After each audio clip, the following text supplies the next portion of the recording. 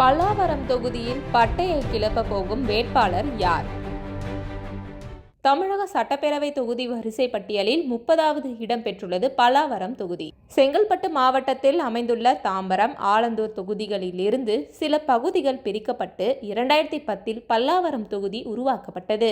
இந்தியாவின் முக்கியமான தொல்லியல் இடங்களில் பல்லாவரமும் ஒன்று. 1863 ராபர்ட் ப்ரூஸ் ஃபுட் இங்கு பழங்கற்கால மனிதர் பயன்படுத்திய கருவினைகளை கண்டுபிடித்தார். இது இந்திய அளவில் கண்டுபிடிக்கப்பட்ட முதல் பழங்கற்கால ஆதாரங்களில் ஒன்றாகும். இதனால் பல்லாவரம் இந்திய பழங்கற்கால ஆய்வின் பிறப்பிடம் என்றும் அழைக்கப்படுகிறது.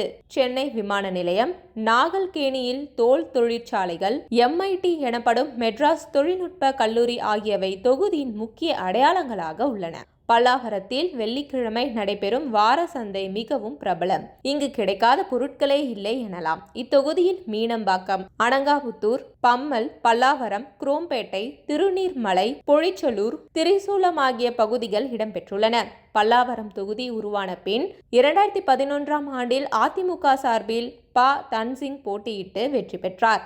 அதன்பின் 2016, 2021 ஆகிய ஆண்டுகளில் திமுக சார்பில் போட்டியிட்ட கருணாநிதி தொடர்ந்து வெற்றி பெற்றார்.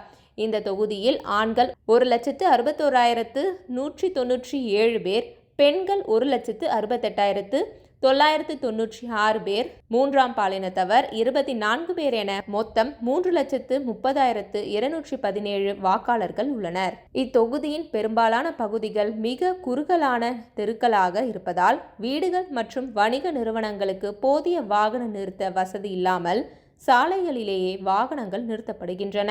நடைபாதைகள், சாலை ஓரங்களில் வாகனங்கள் ஆக்கிரமிப்புகளால் கடும் போக்குவரத்து நெரிசல் ஏற்படுகிறது. அதேபோல் பல்லாவரம், பம்மல், பல்லாவரம், துரைப்பாக்கம் சாலைகளில் கடும் போக்குவரத்து நெரிசல் ஏற்படுகிறது. மழைக்காலங்களில் சில இடங்களில் கழிவுநீர் குழாய்களில் உடைப்பு ஏற்பட்டு தெருக்களில் கழிவுநீர் தேங்கும் நிலை ஏற்படுகிறது. சில நேரங்களில் குடிநீருடன் கழிவுநீர் கலந்து வருவதாகவும் புகார்கள் எழுகின்றன. இதனால் கொசு தொல்லை மற்றும் துர்நாற்றம் பெரும் பிரச்சனையாக உருவெடுத்துள்ளது. திமுகவில் இந்த முறை கருணாநிதிக்கு வாய்ப்பு வழங்கப்படவில்லை. கூட்டணியில் இடம்பெற்றுள்ள தேமுதிக சார்பில் அனகை முருகேசன் முரசு சின்னத்தில் போட்டியிடுகிறார். இவர் ஏற்கனவே கடந்த 2011ஆம் ஆண்டு செங்கல்பட்டு MLA-வாக இருந்தார். அதிமுக கூட்டணியில் IJK சார்பில் வழக்கறிஞர் வெங்கடேசன் இரட்டை இலை சின்னத்தில் போட்டியிடுகிறார். நாம் தமிழர் கட்சி சார்பில் மருத்துவர் கார்த்திகேயன், தாவேகா சார்பில் காமாட்சி போட்டியிடுகின்றனர். IJK வேட்பாளரை தவிர்த்து மற்றவர்கள் உள்ளூர் பகுதியை சேர்ந்தவர்கள். வேட்பாளர்கள் அனைவரும் தீவிர வாக்கு சேகரிப்பில் ஈடுபட்டுள்ளனர். IJK வேட்பாளர் மற்றும் தேமுதிக வேட்பாளர் ஆகியோருக்கு கூட்டணி கட்சிகளே பெரும் பலமாக உள்ளன. குறிப்பாக கடந்த 2 தேர்தல்களிலும் திமுக வெற்றி பெற்ற தொகுதியாக இருப்பதால் தேமுதிக வேட்பாளர் நம்பிக்கையுடன் உள்ளார். இருப்பினும் தாவேகாவின் புதிய வரவு, தொகுதி பிரச்சினைகள் இவையெல்லாம் எந்த அளவுக்கு தாக்கத்தை ஏற்படுத்தும் என்பதை பொறுத்திருந்துதான் பார்க்க வேண்டும்.